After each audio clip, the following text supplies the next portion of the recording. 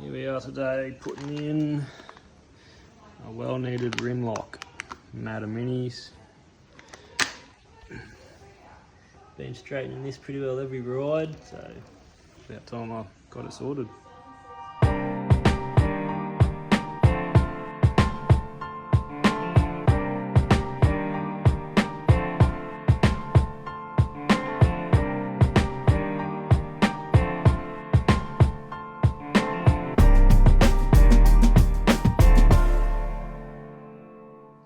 Alright, got the tyre and tube out, got the rim ready. Probably just going to go opposite the existing, so it'll be over here somewhere, probably right there.